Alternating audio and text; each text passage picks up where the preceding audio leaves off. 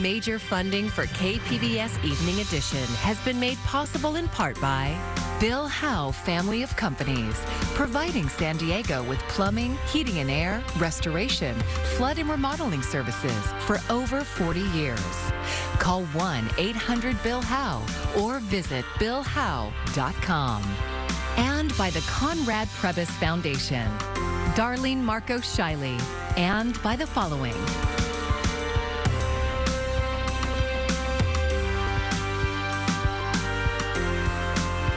And by viewers like you. Thank you.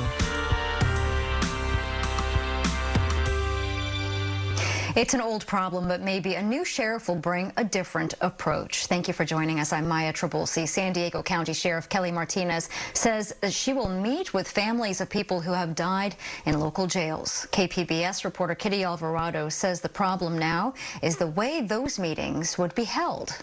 That was given to the Sheriff's Department for Justice reform activists and family members of the people who died in custody held a news conference in front of the San Diego Sheriff's Department to express their frustration. They say Sheriff Kelly Martinez declined to meet with them as a group to discuss life-saving jail reforms. We see it as an ugly start to the first month of the first year of her office, and she needs to do better. Yusuf Miller, the founder of the North County Equity and Justice Coalition, says Martinez did offer to meet with individual families, but they didn't want that. This feels like a divide and conquer tactic. These families rely on one another to support them through the grief. So he said the families instead came to hold that meeting in public, asking for reforms they want to see so other families don't have to suffer their pain. One by one, they shared their stories of how their loved ones died in custody. Many of the cases involved mental health issues, like Leslie Allen's 30-year-old son, Paul Silva, who died in the downtown Men's Central Jail in 2018. Silva had schizophrenia, and Allen says she called 911 because he was having an episode. When I called for help to have the PERT team come out and take him to the hospital because he went off his meds and he was acting wacky. And they never send the PERT team and they arrested him. She says her son was in custody for 2 days, but when she would call, they couldn't find him. Her family finally got a call that he was in the hospital. Nobody wants to bury their child. This should be the other way around. Allen received a $3.5 million settlement from the county over her son's death. Just before today's gathering, the Sheriff's Department sent out a news release saying it was making positive strides in caring for inmates. And in a separate statement to KPBS, Sheriff Kelly Martinez said she has always been willing to speak with the families, but out of respect for their losses, she would like to meet with them individually. Kitty Alvarado, KPBS News. A high-profile local missing persons case will go to trial with the woman's husband facing a murder charge. Following a 2-week preliminary hearing, the judge in the case against Larry Miliete decided that there is enough evidence to move forward. The trial is scheduled to start in September. Maya Miliete lived in Chula Vista with her husband and 3 kids, and prosecutors say that Larry killed her because she wanted a divorce. A new national campaign by the Salvation Army to encourage people to get help for their addiction launched in Otay Mesa today. KPBS reporter Claire Strong went to find out more. And it's all about second chances, and this is how it goes. Amazing grace. Today was all about do-overs. There's, too many times when I should have been dead, and I'm not. And so being allowed to be here and being offered the second chance allows me to do the same for other women. Shauna is a proud alumni of the Salvation Army's Adult Rehabilitation Center, or ARC, in San Diego. She's now living sober and helping others achieve the same, thanks to the support she's received at the ARC. And it's now hoped a new nationwide Salvation Army campaign, aptly named Second Chances, which launches here in San Diego today, will create many more success stories like Shauna. This is a new awareness campaign So this emotional ceremony behind me marks the start of a year-long campaign to raise awareness surrounding the issue of recovery, and it's the first of its kind in the entire country. The Second Chances campaign aims to encourage people with addiction problems to join programs like the Salvation Army's Adult Rehabilitation Center, which is a free 6-month residential drug and alcohol program. They come to us usually broken, destitute, nowhere else to go. We're often the last house on the block. They've already spent their insurance money on other programs. Their families don't want them coming around anymore. So they call, and their families may not take their call, but the Salvation Army will take their call. Almost 180 men and women have now graduated from the centre since the new facility opened in June 2021. The next location for the Second Chances launch will be Santa Monica. So people have been signing this wall behind me with things that they wish they'd done differently in life. One message simply says, be the best mum I could be. Amelia is another example of someone who's managed to turn her life around with the help of the Salvation Army. My family was broken. I was the mother that left the children for addiction, and now I have all of my children in my life plus 2. Now I am in college full-time. I have a little place downtown, and I'm thriving. My life is beautiful. Proof that with support and determination, second chances can be life-changing. That's what second chances are all about. Claire Strong, KPBS News. In a matter of hours, important work begins to gauge the status of San Diego's homelessness problem. The point-in-time count tries to gather an estimate of how many people are living outdoors and in shelters countywide. It's led by the Regional Task Force on Homelessness. Volunteers will be out starting early in the morning. Last year's count was just over 8,400 people, which was a 10% rise year over year. Local and state COVID emergency orders will be lifted at the end of next month. One doctor says that's a good sign of where we are with the pandemic. State health officials say the state of emergency helped save tens of thousands of lives while also protecting the economy. Cases have continued dropping in San Diego, and COVID hospitalizations have been relatively low. Dr. Eric Topol says people have a lot of protection from the virus, both from previous infections and from vaccinations. Overall, the country has weathered this most recent variant called XBB.1.5 relatively well. And so it does appear, at least for now, we're in a good state. It's not over by any means. We're going to be facing this virus for the years ahead. But at least right now, making it a non-emergency is appropriate. And Topol says that he's also glad to see the city of San Diego officials are moving to end the vaccine mandate for city workers. Countywide, just over 80% of San Diegans have been fully vaccinated. Dr. Topol is a weekly guest on KPBS Midday Edition, and you can hear more of that interview on the Midday Edition podcast. It's part of our lineup of several shows available to stream anytime wherever you get your podcasts. Carlsbad declared a traffic emergency because of a 233% increase in collisions involving bikes and e-bikes since 2019. The city has already ramped up enforcement on the roads. KPBS North County reporter Tanya Thorne says now they're asking everyone to pledge to create safer streets together. Parents at Valley Middle School in Carlsbad were greeted today by police with a friendly reminder on road safety. Hi, did you get one of our Safer Street pamphlets yet? No, I did not. It's part of the Safer Streets Together pledge campaign the city of Carlsbad is launching.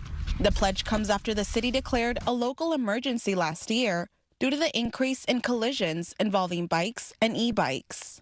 Since then, other safety measures have been rolled out. So no doubt, since we declared the emergency in August, you probably have seen an increase in police presence here around the schools. But that's not going to do all of it. City Council member Melanie Burkholder says enforcement has helped, but engineering is also part of the solution. We've also, I hope that you've seen driving around or walking around, that we've made improvements to the roads. That's the engineering arm. The city has added new lanes to over 90 miles of roadways. Engineering and enforcement are great, but that's not going to fix the problem. We also need your help. The city is asking the community to come together for traffic safety and take the pledge to keep Carlsbad streets safer for drivers, bikers, and pedestrians. Kevin Barros with the San Diego County Bicycle Coalition was helping at the pledge launch. We're always excited to work in Carlsbad. North County especially has seen an influx of new ways to get around. That includes e-scooters, e-bikes, and we think all those things are good things. I love anything that gets people out of their cars and gets them where they're going in a different way. But Barras says any new mode of transportation or change to infrastructure requires education. And new things are happening. New streets are coming up. New ways of getting around are going to continue to happen. In the future, every street isn't going to be twice as wide as it is now to accommodate everybody. So we're going to have to find new ways to get around. And to do that, people are going to have to interact a little bit more, communicate a little bit more, and slow down a little bit. The city will be partnering with the San Diego County Bicycle Coalition and Circulate San Diego for education workshops for the community. The first workshop will be held on February 9th. The Safer Streets Together pledge can be taken on the city's website. Take the pledge, Carlsbad. Tanya Thorne, KPBS News. The Farmers Insurance Open starts today, and the winner receives 2 trophies that truly represent San Diego. One features the iconic Torrey Pine, and the other you can ride the waves with. KPBS reporter Melissa May has the story. Craig Hollingsworth has been shaping surfboards for the last 48 years. And since 2011, has shaped one of the most functional trophies in professional sports. It was kind of a neat idea. I liked it, and it's a fun thing. I like doing other things besides just the regular surfboards for everybody. It's nice to do these trophy boards. The winner of the Farmers Insurance Open receives a custom mini longboard from Hanson Surfboards in Encinitas, hand-shaped by Hollingsworth. No, it's not a green jacket, you win it, which is, pretty prestigious, but getting an actual surfboard for your trophy, besides the other trophy, it's pretty cool. The Century Club is a 501c3 that operates the Farmers Insurance Open. They wanted to brand the tournament a bit differently from other PGA Tour events, and one of the club's members approached Hanson Surfboards for help. And one of our ideas is having a unique trophy for the winner. Would you guys be interested in building a surfboard? And of course we were like, sure, that would be amazing. PGA Tour player John Rahm won his first PGA tournament at Torrey Pines back in 2017. Anytime you win and they give you something unique like that, it's a part of it. And that's one of the reasons why I love this week and now I love San Diego, because it's little things like that that make me feel such an emotional connection to it. I walk by it every morning, and I do see it, and I think it's really special that they do something like that that links a bit of San Diego with, and the attraction of San Diego with the game. This is called the Rails. Hanson Surfboards has been a part of the community for 62 years. It's a family business, so it's always, it gives you some pride to see one of our boards being given to the winner. Our family, my father, myself, my brother, we all play quite a bit of golf, so we're passionate about the game, so it's a good fit. Last year's winner, Luke List, also got his first PGA Tour win at the Farmers and says he is the perfect place for another trophy surfboard. It's pretty iconic to have that displayed, and I've got it in a cool spot in my pool house back in Georgia. Unfortunately, I haven't used it, but it's brought back some smiles every time I have people over and kind of laugh and joke about that. To this day. Although the shape of the surfboard can be replicated, only the winners of the tournament own the unique trophy. San Diego local Xander Schauffele would love to add one to his collection. It would just be a cherry on top, being from here and getting like a homemade prize and being able to put it in my own car and drive away with it. 20 minutes to my house would be amazing. The surfboard showcases logos of the Farmers Insurance Open, FedEx Cup, the Century Club, and of course, Hanson Surfboards. Surfing is such a fabric of the community, and so, yeah, it just makes perfect sense. Black's Beach is right down below Torrey Pines, which is some of the best waves in the area. Everybody in Encinitas has a surfboard in their garage, and a lot of the best boards in the world are made right here in North County and in San Diego proper too. So it's kind of it's not called Surf City, but it kind of is. To date, no winner has taken their trophy out on the water, but some said when their days of playing professional golf are done, they may take their trophy off the wall and surf with it. Melissa May, KPBS News.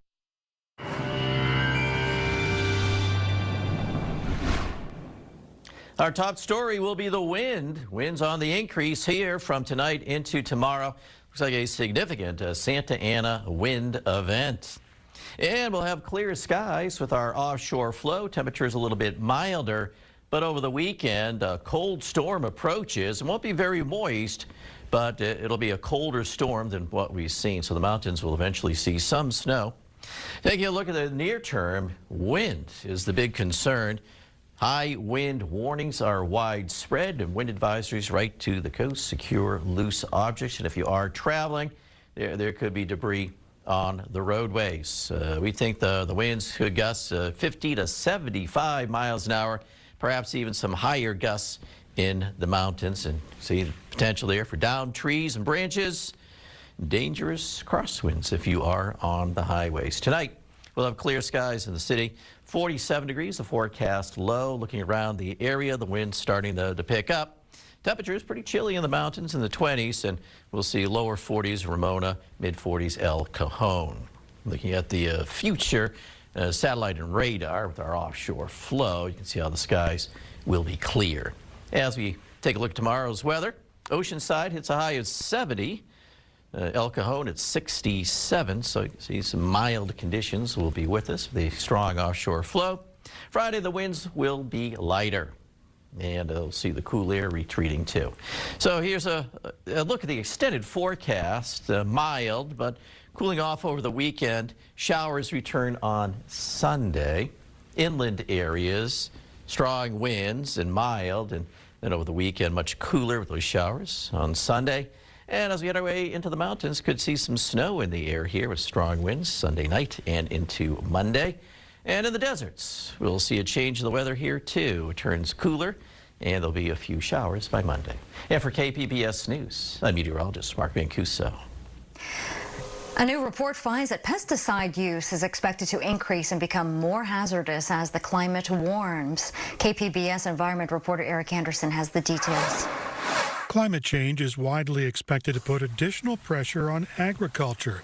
California farmers use nearly 18% of all the pesticides applied in the country, and use is 4.5 times higher than the national average. The Pesticide Action Network's Asha Sharma says the trend line is moving in the wrong direction. Climate change impacts decrease the efficacy of pesticides. Climate change impacts are also predicted to worsen pest pressures and problems.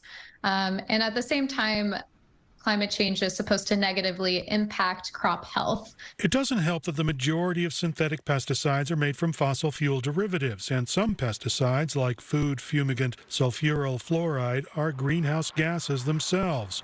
Researchers suggest the nation's food system needs to move toward more natural farming systems that rely less on pesticides and herbicides. Iowa farmer Robert Fox says food can be grown without chemical interventions. So if you have problems with cucumber beetles, then you try and provide habitat for things like snakes and frogs and some of the critters that actually find cucumber beetles to be very tasty. The report says current climate policy doesn't account for agriculture's impact on global warming, even though nearly a third of all greenhouse gas emissions are linked to farming. Eric Anderson, KPBS News. And there's a lot of interest lately in the price of eggs and where to get a deal. Mike Valerio has the story of an egg farm in Lakeside where people are going to the source to avoid store prices.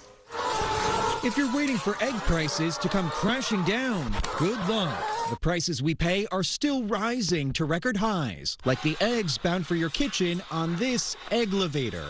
I've seen 18 eggs for $8. You have to think about it, like, do I really need to put 3 eggs in this recipe right now? On average, nationwide, families in December paid $4.25 for a dozen eggs. A year ago, it was $1.78. I'm doing everything I can to put as many eggs out there for as many people possible. Business is booming at Frank Hilliker's egg farm near San Diego. Customers come from across Southern California after leaving grocery stores empty-handed or shell-shocked by prices. What's made it difficult is we've had to put some limits on what people can get. Hilliker says his 23,000 birds have so far been spared from the worst avian flu outbreak to ever hit the U.S. The virus has killed tens of millions of birds since early 2022, limiting egg supply and driving up prices.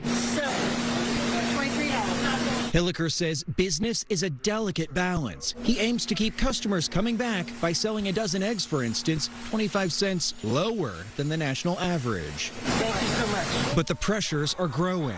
Our feed is over doubled. Our packaging has doubled.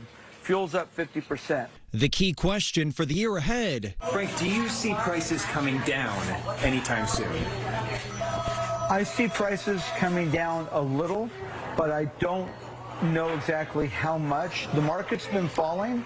A senior consumer food analyst with Rabobank says food prices may not deflate until 2024. Until then, the fracas over prized poultry protein will likely keep going, rolling into 2023. In Lakeside, Mike Valerio, KPBS News. Leonardo da Vinci may be best known for painting the Mona Lisa, but he also wrote thousands of pages of journal entries. Playwright Mary Zimmerman was so captivated by his writing that she took his words and crafted the notebooks of Leonardo da Vinci in 1993. And she now directs the play at the Old Globe Theater. KPBS arts reporter Beth Accomando reveals how she brings Leonardo's words to life. The Notebooks of Leonardo da Vinci unfolds through a series of vignettes that are unrelated yet subtly build a narrative about his life. 10 actors play the famous Renaissance genius, with each representing a different side of his personality and all interacting with each other. The text comes directly from his writings. It is a necessary thing for the painter in order to be able to fashion the limbs correctly, to know the anatomy of the sinews, bones, muscles, and tendons. And I felt like there was metaphoric resonance I could sort of tease out of it that felt dramatic. And then also just the range. On a given page, there'll be a math formula, a drawing of a church or an angel, a sort of to-do list, some doodling. But key passages did emerge. He recalls being a young boy exploring in the hills above his home. Once, as a boy, I wandered in the hills above my home. And he is sort of arrested at the threshold of the cave, unable to back away or go forward. I came to the mouth of a huge cave, before which I stopped for a moment, stupefied by such an unknown thing.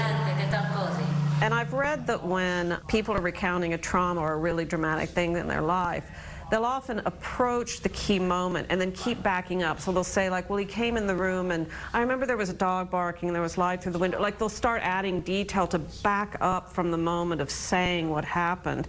And I feel that in that passage, that he's kind of still hesitating on that edge of the cave. After a time, there arose in me two things: fear and desire. I wanted the audience to experience some of it in Italian, since that is obviously his native tongue. It's a little bit, I want to say, like shining. It gains a bit of mystery. Fear of the dark and menacing cave. Desire to see whether it contained some marvelous thing. Playwright and director Mary Zimmerman takes a more playful tone with other sections of Leonardo's notebooks, as when he ponders the nature of weight. Weight is a power created by means of force. And we have a kind of duet, the pas de deux, in a way, between a man and a woman. And the length of its life corresponds to its effort to regain its native place. In which, surprisingly, the smaller of the two keeps lifting the larger of the two to make kind of demonstrations. Force is the child of material motion, and the mother and origin of weight. Casting that section's really tough, because you want to find a high ratio of difference between the two parties, one being much smaller than the other, so that it has a kind of impressiveness to it. There's also an impressiveness to the production design, which sets the action in a large room filled from floor to high ceiling with drawers. And those drawers are everything to me. Like, they're kind of a plausible imagination of that he might have had such things, but also it is more the compartments in his head.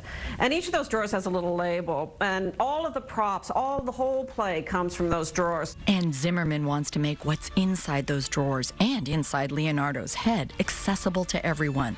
Because to her, Leonardo's genius was not so much about having a huge brain and being a brilliant thinker, but rather that he was always awake and open to what the world had to offer, even if it seemed ordinary. Beth Accomando, KPBS News.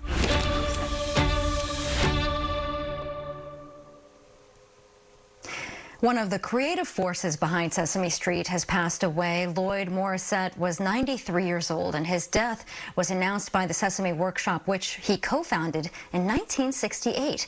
Back then, it was called the Children's Television Workshop. Sesame Street quickly became an iconic show for families across multiple generations, airing on PBS stations. Sesame Workshop says Morissette wanted to use the show to teach kids basic knowledge and about commonly shared life experiences. And you can find tonight's stories on our website, kpbs.org. Thanks so much for joining us. I'm Maya Trabulsi. Good night.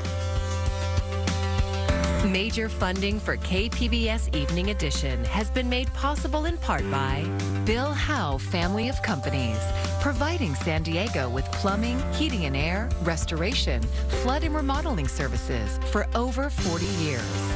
Call 1-800-BILL-HOWE or visit billhowe.com. And by the Conrad Prebys Foundation, Darlene Marco Shiley. And by the following: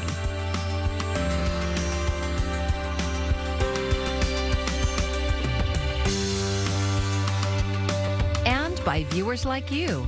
Thank you.